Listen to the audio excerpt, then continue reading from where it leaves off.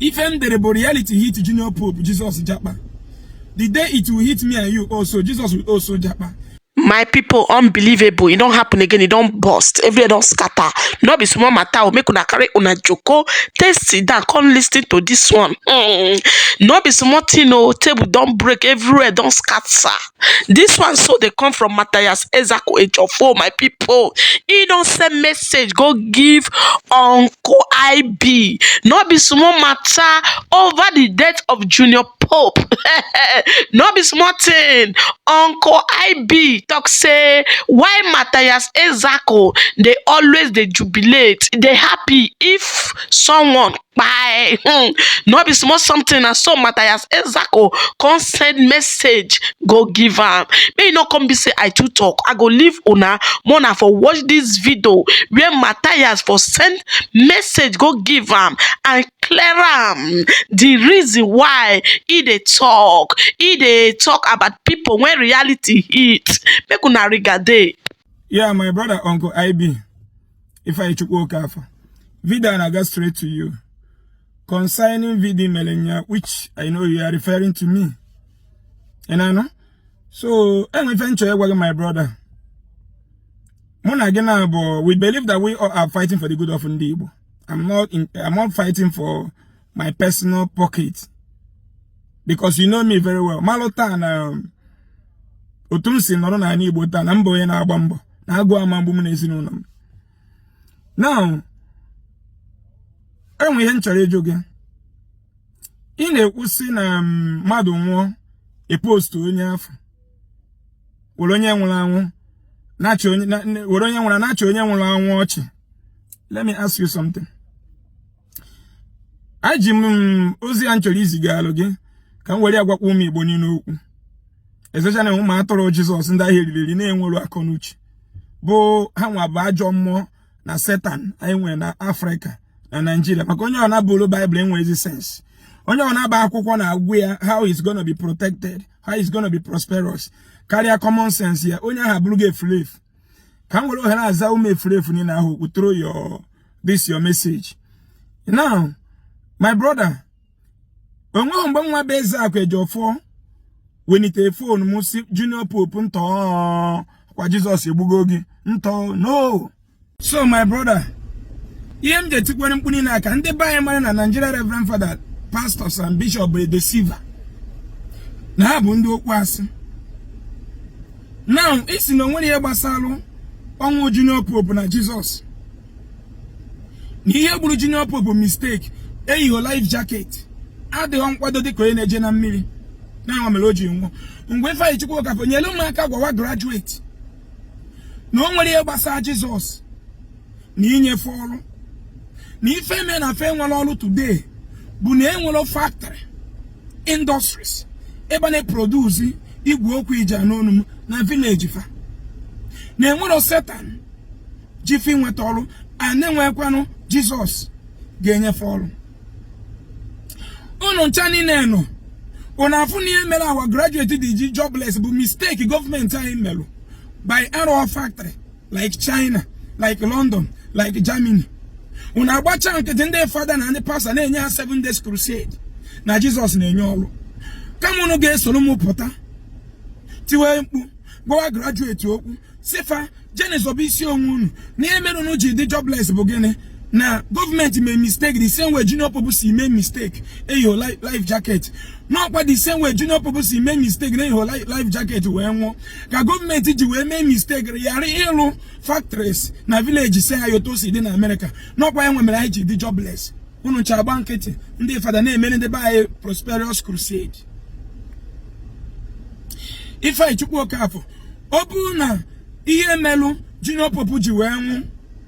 Bụ maka na oyi life jacket no mistake o meleme biko onye n'aka gwa ụmụ Igbo n'ihe mere ụmụ Igbo ji anwụrụ n'ụzọ Enugu Ọnịcha bụ na gọọmenti anyị mere mistake na ha alụghị ụzọ a ka ọ dị motorable dịka nke ndị Dubai, dịka nke ndị Oman celebrate 13 years of no accident that claims life in their land, na alụ ya ka ọ dịka nke America, alụ ya ka ọ dịka nke ndị London. Sagwazi na ndị bayi na Jesus na-enye nchekwa. Kedụzi ka anyị ga-esi ghọta na mistake gburu Junior Pope mana ya ma nghọtazi no mistake mere graduate enweta ọrụ kama ya na-akpọ Jesus ka onye graduate ọrụ na-enwere somebody ka echere akara aka a graduate na community. Ife Chukwuka fe na nọrọ na be nna gị agụrụ a conduct 7 days crusade, somebody ebulu do ma jebutu ukwu osisi ancient tree dị be nna gị si na oji youth aga iru. Ife Chukwu enwere factory dị na agụrụ ga-eme mmadụ 200 employ once. The answer is no. Ngwa nyere m aka pụta n'iru ọgụ a. Eziokwu bụ ofu, anyị ga-etiwa aka Igbo nsogbe. Eziokwu nna ya egwu mkpụrụ na ntigidere ka m ji ụmụ Igbo niile ji wee malụ taa na enweghị onye Igbo any village n'Igbo land enwere onye dara ngwụlọ Jesus mere ọgaba ije, na enweghị anybody na ala Igbo kpụrụ isi Jesus mere ọgaba ije, mana ụnụ nche niile gbara nkịtị dị ogbi alụ a na-emesi ọgụ akwa na ọgụ ncha ga-esoro m n'ụba na-aghọta na ebe nkụzi m na-eje.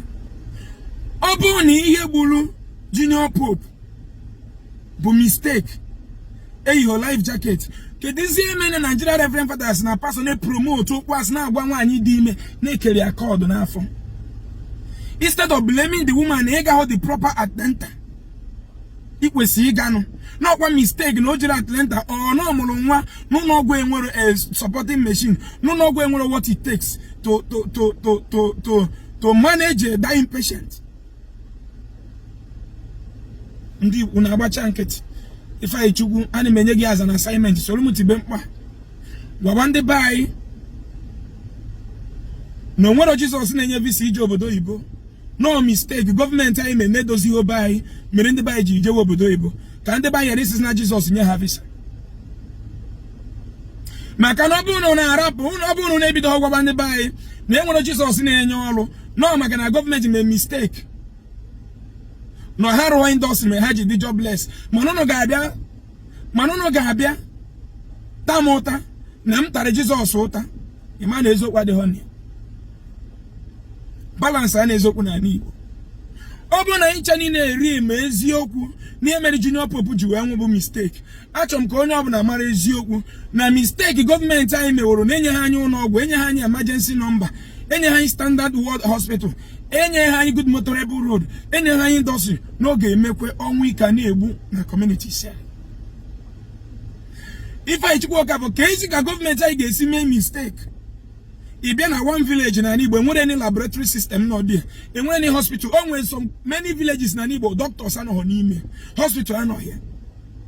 Na kama ndị ụka ga-agwa that community n'ọkwa mistake gọọmenti merụ na-enyere ha ụlọ ọgwụ ga-eme ndị mmadụ ga-eji na-anwụ ebe a, ndị ụka abịakwuru n'iru obodo na-ekpuchi obodo n'ọbara Jizọs. Enwe atrocity karịrị ya. Chukwu na ndị aja anị na ndị enu na ndị anị na my ancestor gbara m aka ebe na enweghị mbọsị m chinugolo onye nwụrụ ọnwa ọchị, onye m na-achọ ọchị na vidio na post nne na-eme bụ Jizọs na ụmụ atụrụ ya na ezuzu ezuzu. Ife m dere bụ reality hit Junior Pope Jesus Japa. The day it will hit me and you also, Jesus will also Japa. So it is time that every one of us should come back together, unite ourselves together to use our common sense and blame the government to do the needful for us. If I took work out for, if nobody on Dutcha, if you mere ndị mmadụ je kidnap olu mmadụ analụ ndị mmadụ moto here, bụ maka gịnị na gọọmenti mee mistake na ha emeghọ ka bai dị ka be ndị ọcha. Ọ ya bụ nwa okorobịa 18 years na-arụ ọrụ, ebunye ya moto nye ya 10-15 years to pay, enye ụnọ nye ya 30 years to pay, 20 years to pay. Ụnọ fụ na gọọmenti mee mistake na enye ha anya ụdị ha anọ ya cause kidnapping. Still Reverend Father pụta ọ na-ekpe ekpere na-agwa ndị mmadụ na Jizọs na-enye moto. Mana the same Reverend Father ga-eche Father ya atụ ego gonye ya moto. The same Reverend Father ga-apụtasị conduct 7 days crusade na-ekpezi ekpere ka Jizọs ya esinye anyị moto nke anyị. Kedu anyị akwadoro kwasị? Enwere any freedom of worship Christianity nye ndị omenala? Inunugo na ndị omenala kụ na-eje mụọ ụnụ ụka ọkụ. Ọkwa ndị ụka bịa na-amụ alụsị anyị, ogbugbu anyị, ihe ndị Igbo na ndị Igbo na ndị egede ji bido. Biko ọ bụrụ na ihe gburu Junior Pope bụ mistake, gwanụ m Igbo na enweghị onye Igbo na-asị ndị ọya n'ikuku, na enwere dịka spiritual attack na-egbu ndị mmadụ, na enwere dịka onye Igbo na-akwakarị mmadụ accident, na ihe na-akọsi na mistake gọọmenti anyị mere na-ekpu ipu anyị nwa. The same way Junior Pope si mee mistake nwụọ na mmiri. obe motu ezokwa abofu since se patara monye da ngwuro na Igbo nwere okwenye patara no se patara monye kpuru isi folo ụzọ nwego apụtagwa onye Igbo ezokwu iwa na-ewu ya si enwe bosim chinugolo onye nwura nwa ọchị ọ na ha ewute unu because of na Junior Pope bụ onye amama na odo celebrity na post bụ onye amama ka ezi maka thousands of people na amụnwa nwere NGO many people na under waiting for me to attend to them in my NGO every second kedu to big garden ọnụ mana esi m ka ọ dịrị gị mma gị nwa na watch mba onye ojii mbọ niile na-agba bụ ka ọ dịrị gị mma enweghị m Facebook monetize Facebook anaghị akwụ m ụgwọ if I chukwu ka feed away ana m eme ka nchutego time mụ na energy m ka nje m all these things ka ọ dịrị m Igbo na mma so my brother if I achọrọ m isi na message ga pass ndị mmadụ okwu na enwe onye nwụrụ anwụ na church onye m na church bụ criminal activities Christianity na practice by somebody put us mụ na gị na Jesus na-enye ndụ